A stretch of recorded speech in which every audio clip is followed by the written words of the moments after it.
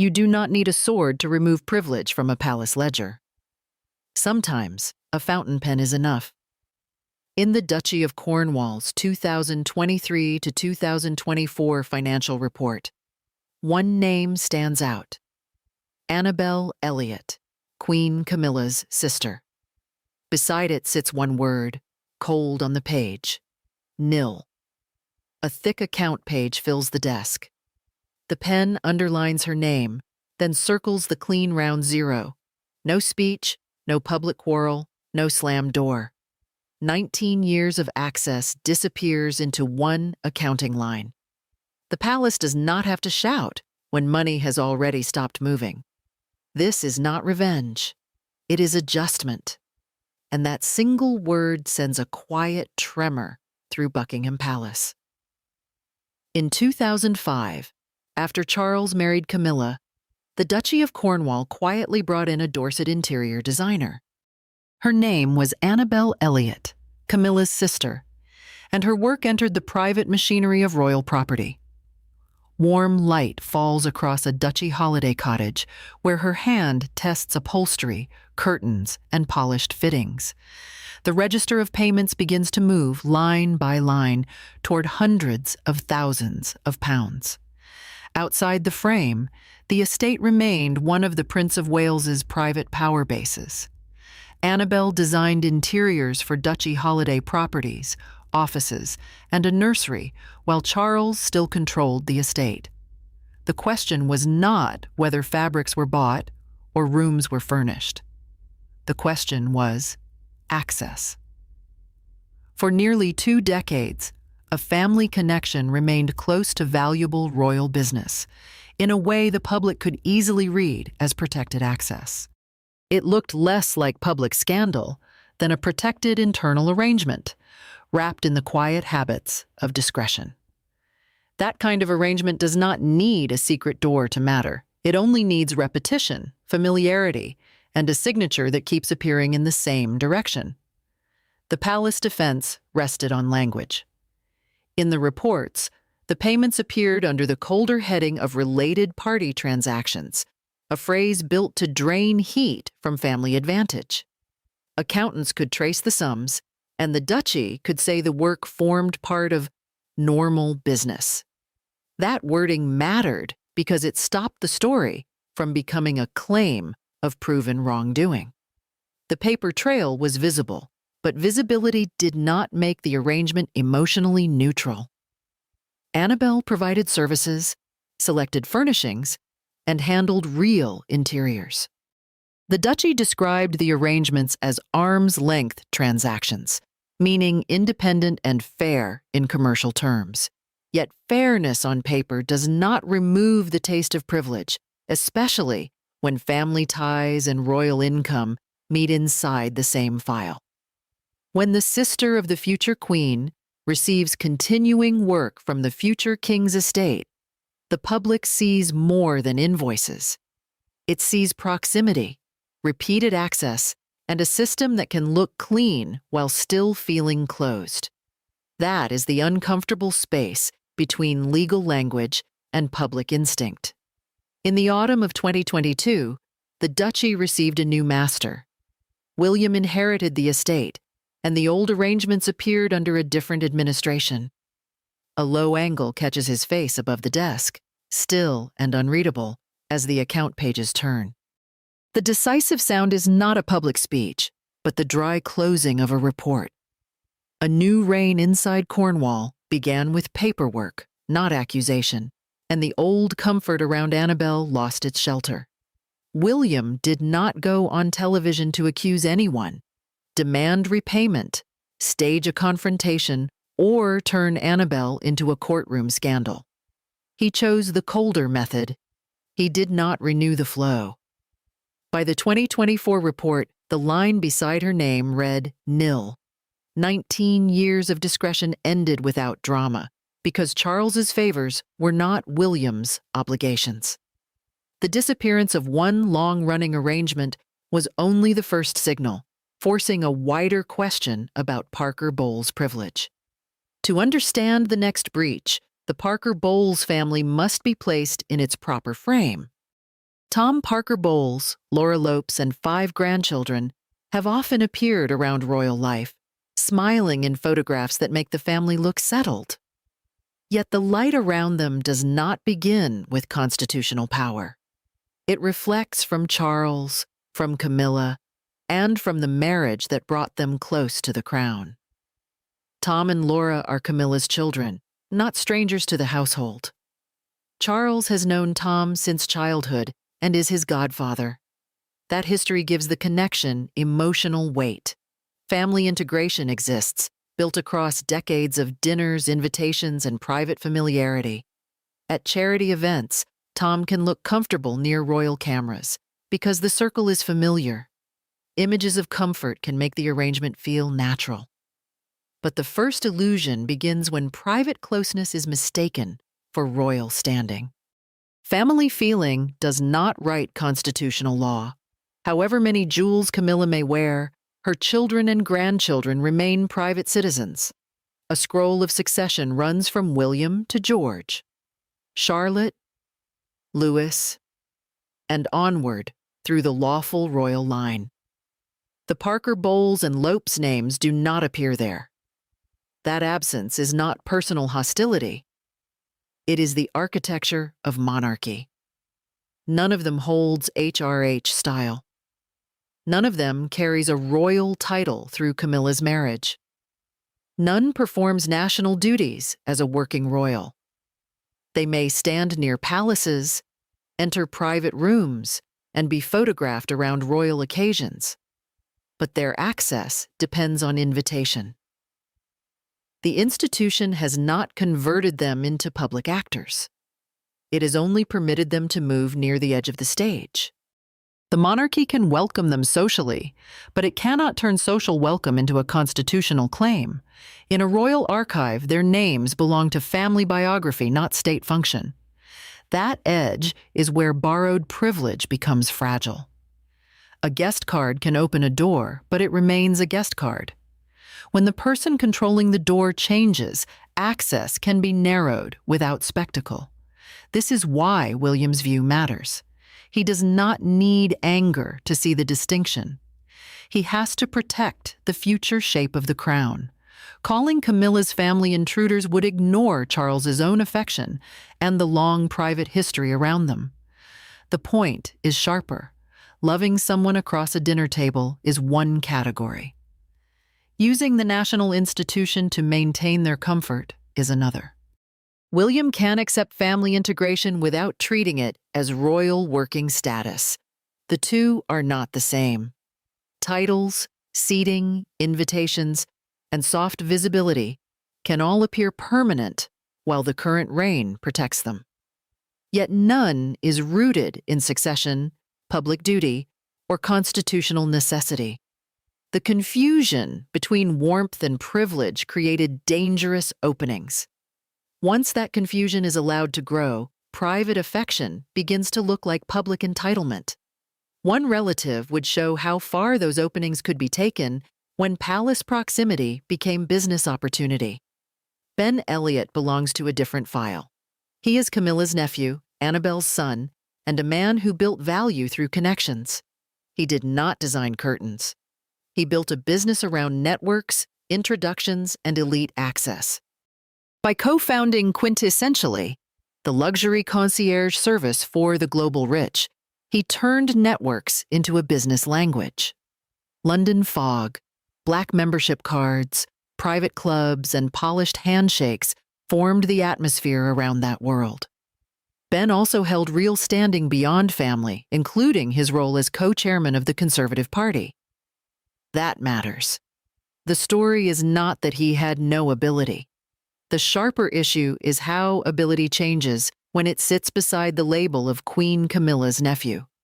For elites hungry for proximity, that label could become a powerful lure.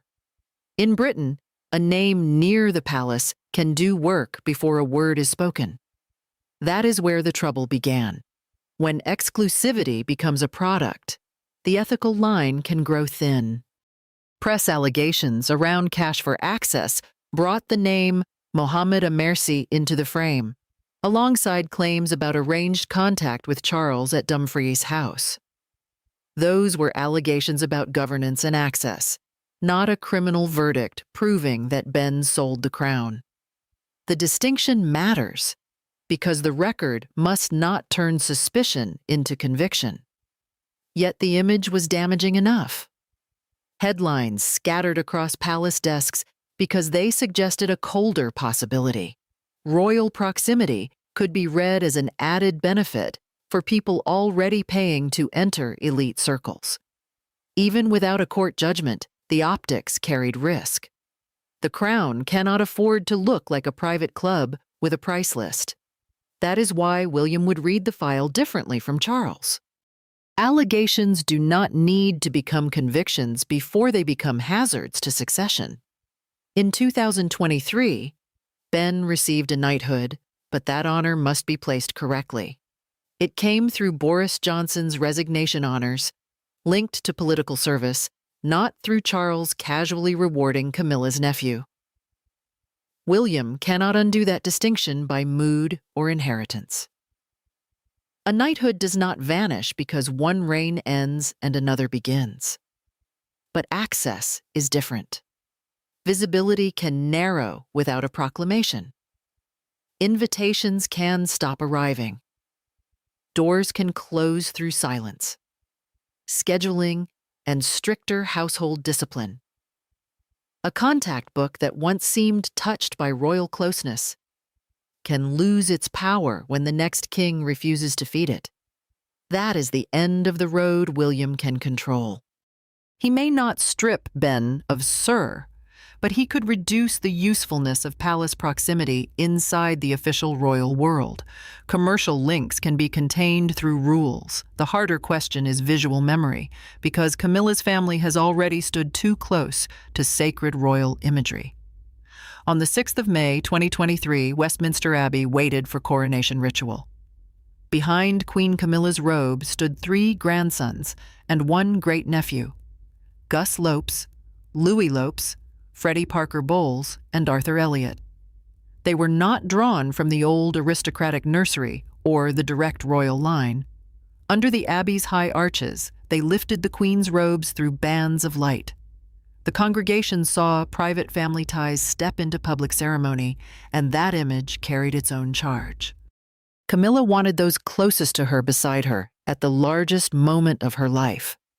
That did not create a constitutional problem. Because private citizens can perform a ceremonial role, it was a personal honor, not a transfer of state authority. Yet the picture reached far beyond the rulebook. The softness was real, yet the optics were not innocent. Coronation ritual gives private choices a national stage. A family gesture inside Westminster Abbey becomes an image for the whole kingdom to interpret. 4 untitled boys held fabric attached to a crown, and the visual language suggested intimacy with power. The press could easily frame that scene as a Parker Bowles advance into monarchy. But the Abbey floor drew a sharper boundary. Prince George served King Charles as a future heir, carrying duty for the line that will inherit the throne. Camilla's young relatives served their grandmother or family elder inside her personal moment. Those were separate worlds sharing the same stone. George's posture carried institutional weight. His task pointed forward, toward succession, training, and the future burden of kingship. The other boys carried honor, affection, and family pride, but not state destiny. No throne moved closer to them because they walked behind Camilla's robe. One page served the monarch, while the others served the queen beside him. Then came the balcony. From the mall, the image looked larger than law. Camilla's family had been brought close to the heart of coronation imagery, while William remained controlled inside the same public story. For a moment, public photography compressed everyone into one royal center. That was the illusion the picture sold. A balcony appearance is not a deed of ownership. It does not grant permanent place, future access, or working royal function. It records one day, one arrangement, and one reign's chosen display. When William becomes king, he does not need to expel Camilla's grandchildren from a position they never legally held. The coronation photograph can survive in albums, but it cannot bind the next reign. That is why the image is powerful and weak at the same time. And that weakness will matter when the next reign draws its lines. It showed Camilla's family at a historic summit, yet it gave them no continuing claim. Ceremony can make borrowed access look permanent for a few seconds. Law is less sentimental. The deeper roots of Camilla's family reach into older private events, where affection is harder to cut than ceremony. The private roots were older than any coronation balcony. In 2011, William and Catherine allowed one branch of Camilla's family into the frame of their own historic day. Eliza Lopes, Camilla's granddaughter, was only 3, a small bridesmaid with a round face and careful steps.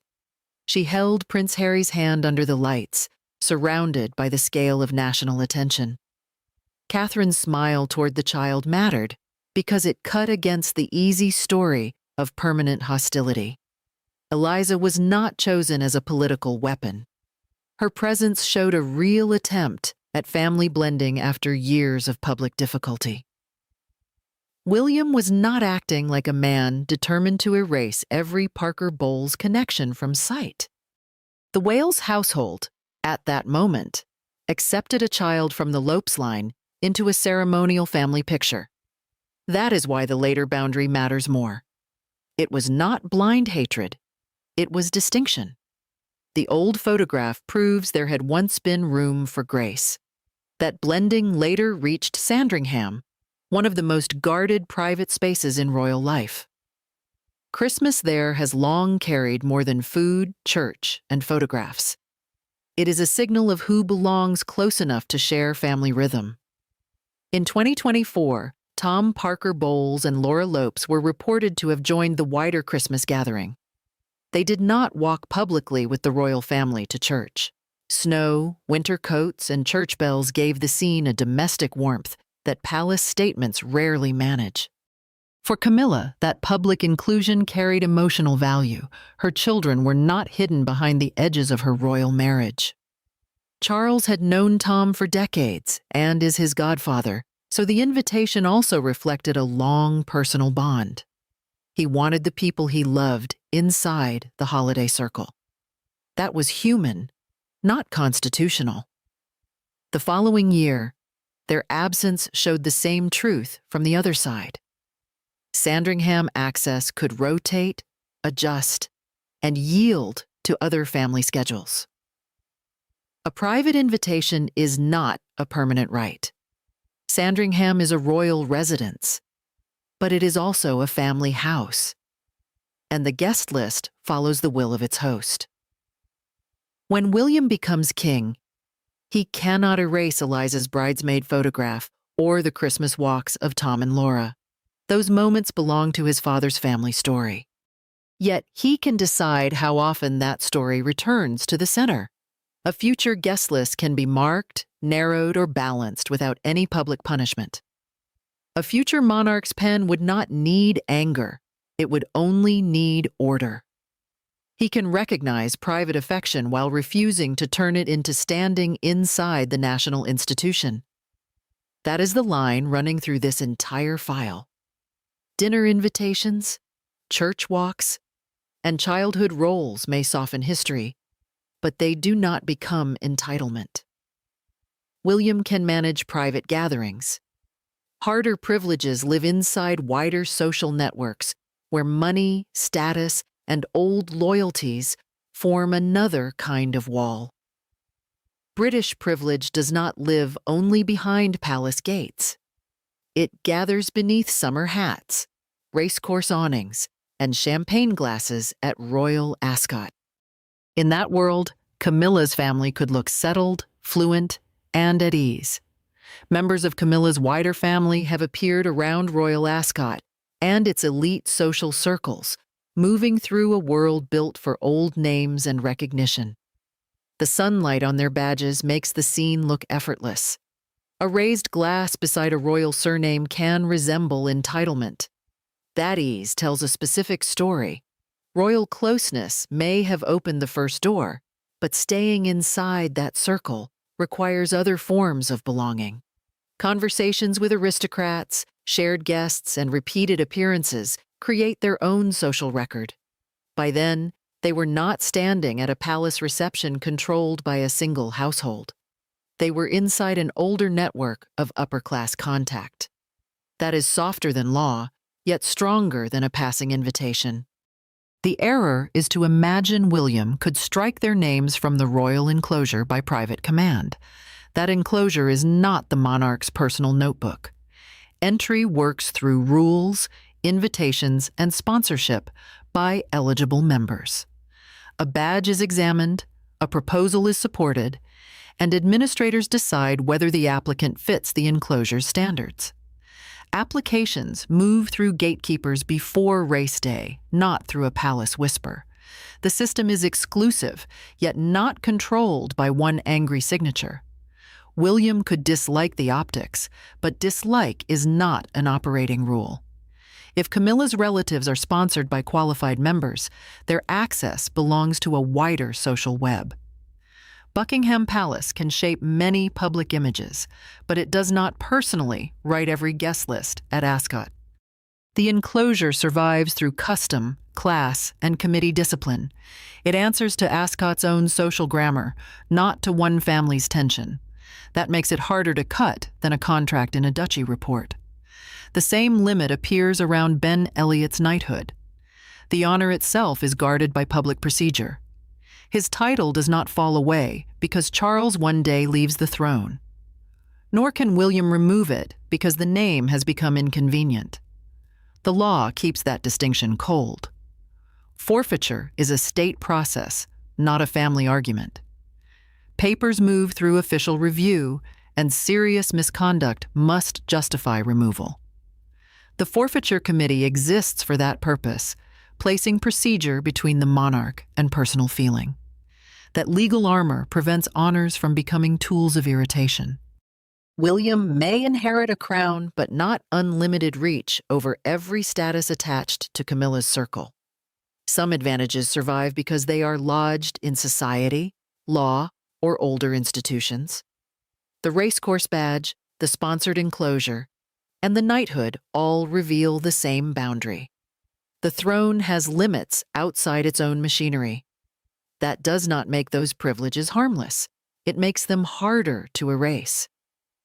Outside rules may restrain William, but the future image of the monarchy remains another field.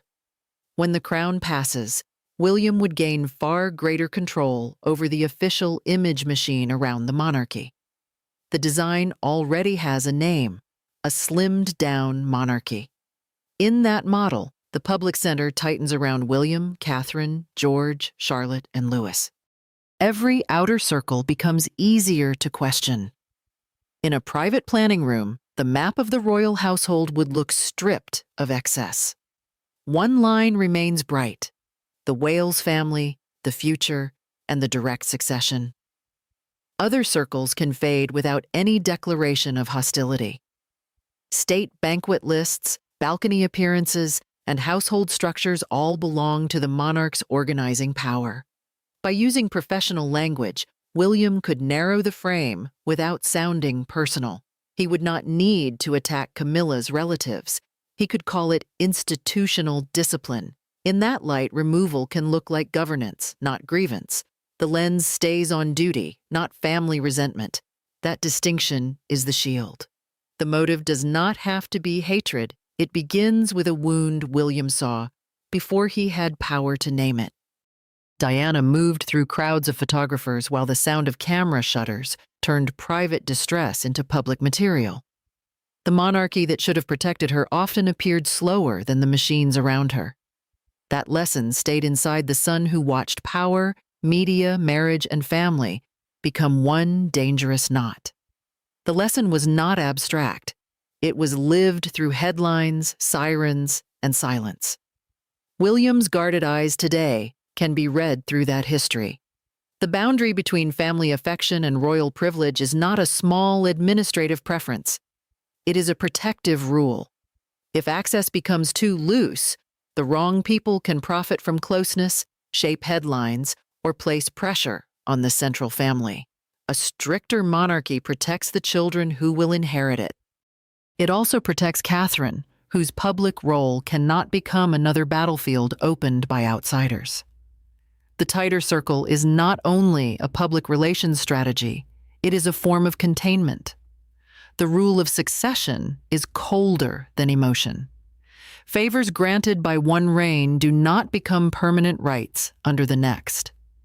The Duchy ledger already gave the warning, with nil written where old payments once stood. That red circle around absence becomes the language of William's future method. A contract tied to one reign can die with that reign's protection. Camilla's family would not be stripped of royal rights, because those rights were never theirs. Contracts can end, invitations can become rarer, and balcony places can return to the direct line. Social warmth can survive at dinner, while public privilege contracts elsewhere. That is not exile. It is the expiry of borrowed access. A guest list can shrink while kinship remains private. The Charles era opened doors through love, loyalty, and habit. William's reign would test which doors belonged to the crown and which belonged only to his father's private life. The key that worked in one reign may not turn the next lock. That is the rule no photograph can defeat. Behind every crown, there is a private story, but survival follows colder rules. A marriage certificate can open palace doors. A favored photograph can place outsiders on a historic balcony. Yet when the hand that granted access goes still, borrowed privilege begins to fade. Buckingham Palace sinks into darkness. One slit of light falls across the iron gates as they close, slowly, without ceremony. The lock answers with a dry, metallic click. Royal power is not a gift to be shared. It is a system of controlled doors. And William would decide which ones remain open. The silence after it says everything left unsaid.